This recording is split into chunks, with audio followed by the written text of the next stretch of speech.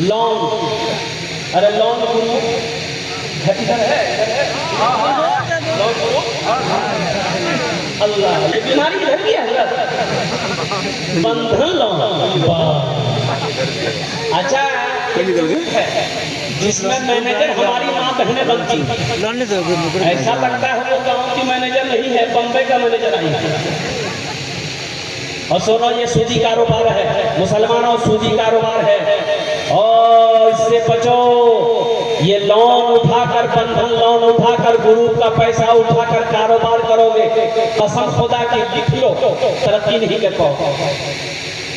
लिख लो, गिरबान मेरा पकड़ लेना, फोन करना, तुम तिजारत करो, 1 लाख रुपए गुरु से लोन उठाओ, चले जाओ चौक पर, अररिया चौक पर जाओ, बड़ी दुकान करो, कसम खुदा की कुछ ही दिन गुजरेंगे वो दुकान तुम्हारी निस्त नाबूद हो जाएगी, तुम तरक्की कर ही नहीं सकते।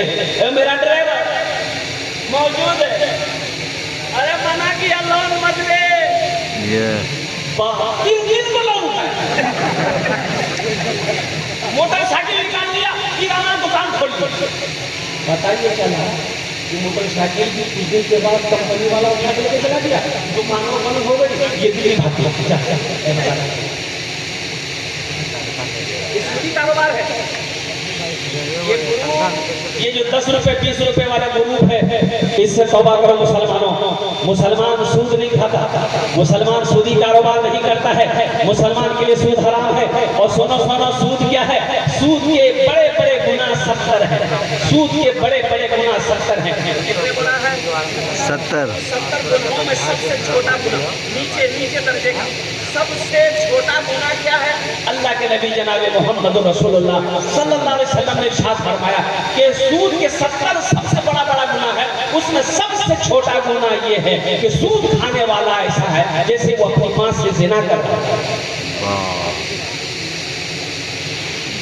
मुसलमान सूद नहीं खाता, मुसलमान सूदी कारोबार नहीं करता। इसलिए मुसलमानों, नौजवानों, मेरे बच्चों, एक बात याद रखना, सूद मत लेना। शेख सादी रहमतुल्लाह अलैह फरमाते हैं कि एक सूदखोर था, सीढ़ी चढ़ रहा था, घर में सीढ़ी 2 मंजिले पे चढ़ रहा था, पैर फिसला, गिर गया तो लोग आए, उठाया तो बैठ ही नहीं रहा। लोगों ने देखा न बस खत्म हो गया,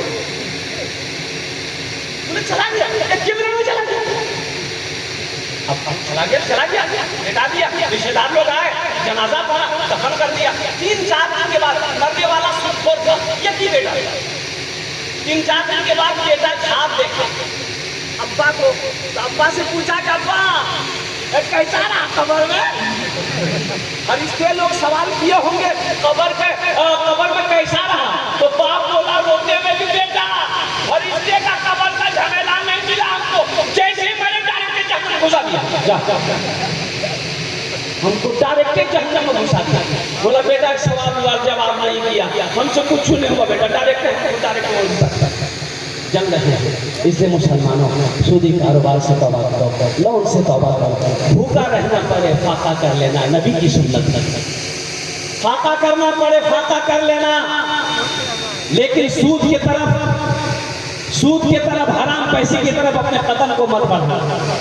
क्या होगा, 1 टाइम नहीं खाएंगे, 2 टाइम नहीं खाएंगे, क्या हुआ? अल्हम्दुलिल्लाह, मर तो नहीं जाएंगे, लेकिन हराम पैसा मेरे घर में ना आए। एक बात याद रखो, जिस घर में हराम पैसा आएगा, आज देखिए ना, 90% लोगों के घर में बरकत नहीं है। लोग शिकायत करते हैं, हजरत क्या बात है, 10 बीघा जमीन का अनाज मेरे घर में आता है, मेरा 3 बेटा पंजाब, दिल्ली, सऊदीया में कमाता है, लेकिन घर में बरकत नहीं है। पैसा आता है, बरकतें नहीं है, न जाने पैसा किधर चल, तो पैसा में बरकत नजर आएगी कहाँ से? घर में तो हराम पैसा आ रहा है। जहाँ हराम पैसा आएगा वहाँ बरकत नहीं होगी। इसलिए मुसलमानों तौबा करो, सूदी कारोबार करना, सूद लेना, सूद देना, सूद पर गवाह बनने वाला, ये सब के सब मुजरिम हैं। इसलिए लोन वालों से तौबा करो। ये लोन वालों को फायदा है, बड़ा फायदा है। देखिए एक साजिश है, ये यहूदियों की साजिश है, मुसलमानों के ईमान को छीनने की साजिश है, ये लोन नहीं है मुसलमानों के। अच्छा देखिएगा एक बात और भी नोट कर लीजिए, ये लोन मर्द को नहीं देता, नहीं।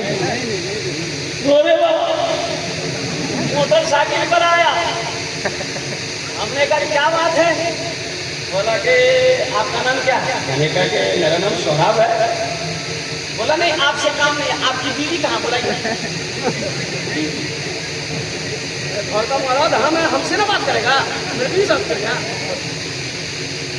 इतना गुरु लोन वाला लेके भाग, सही बात। ओ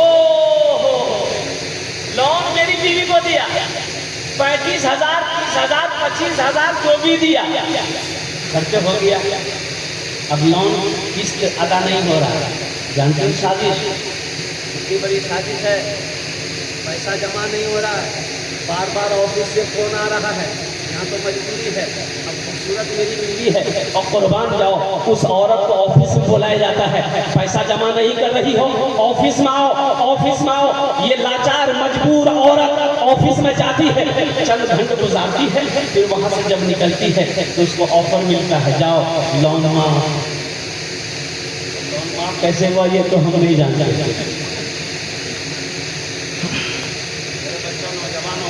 मुसलमानों तौबा करो, इंशाअल्लाह कितने लोग जो जुड़े हो कल ही लोन अदा कर देते हैं, इससे निकलो, ये सूदी कारोबार है। खुदा न खास्ता अगर मौत आ गई, मर गए, तो अल्लाह के यहाँ सूद लेने वाले में तुम्हारा नाम पहले फहरिस्त में आएगा।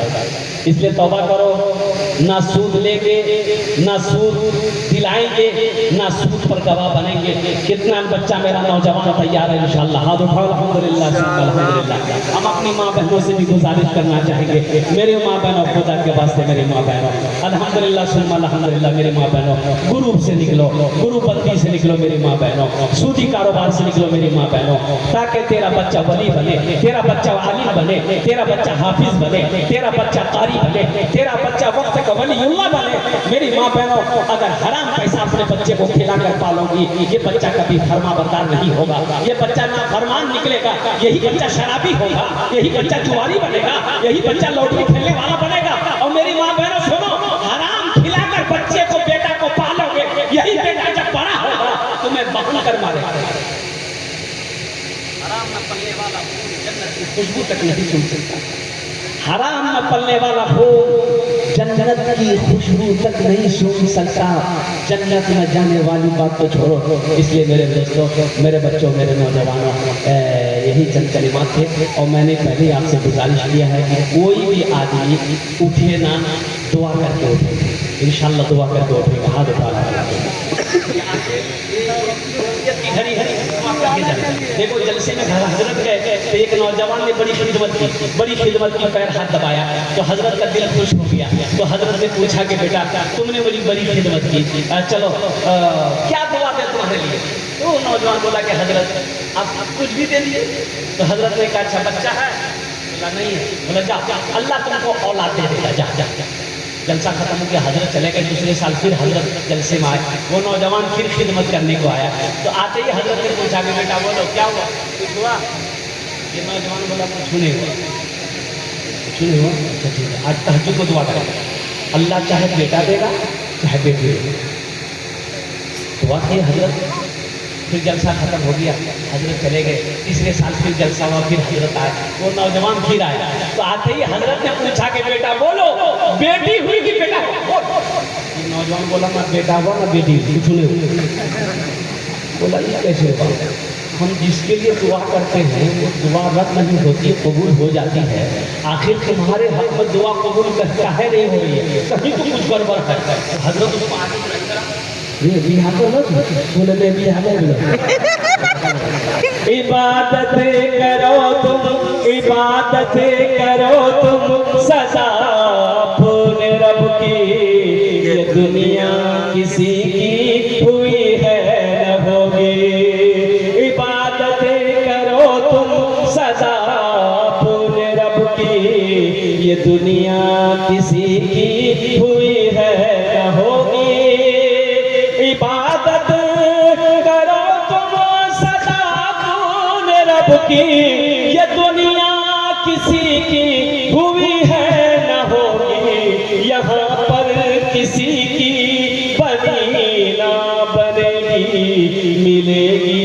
दो गज ज़मीं ही मिलेगी, यहाँ पर किसी की बनी ना बनेगी, मिलेगी तो दो गज ज़मीं ही मिलेगी। खुदा अगर जो चाहे तो दीदार होगा, खुलूस और मोहब्बत का इजहार होगा, रही जिंदगी तो फिर मुलाकात होगी, हमारी और आपकी कोई बात होगी। वमा आखिरु दावाना अनिल हम्दुलिल्लाहि रब्बिल आलमीन। अस्सलामु अलैकुम व रहमतुल्लाहि व बरकातुहू।